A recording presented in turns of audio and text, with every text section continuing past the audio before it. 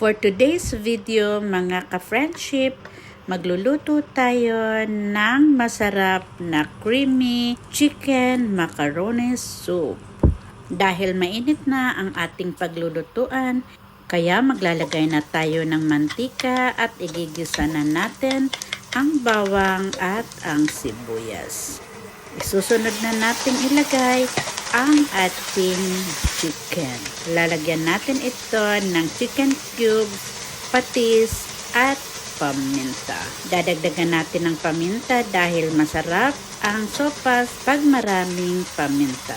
Then isusunod na rin natin na ilagay ang sausage at tatakpan muna natin ito para maggisa ito ng mabuti. Kapag gisang-gisa na ito, saka lang natin lalagyan ng tubig at hayaan nating kumulo at maluto ang chicken at ang ating sausage.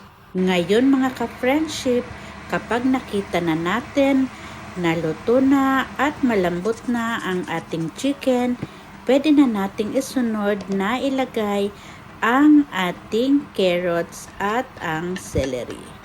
Nilalagyan ko talaga yan ng maraming celery dahil bukod sa nakaka-enhance ito ng flavor, mabango pa ito sa ating niluluto. Next, ilalagay na natin ang evaporated milk.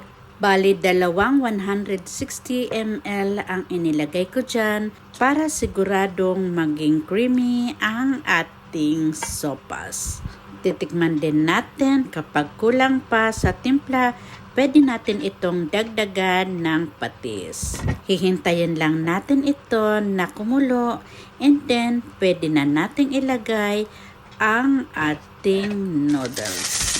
Habang hinihintay natin ito na maluto, nagpainit na din ako ng garlic bread para ka-partner ng ating masarap na sopas. Ayan mga ka-friendship, ready na ang ating masarap na almusal for today.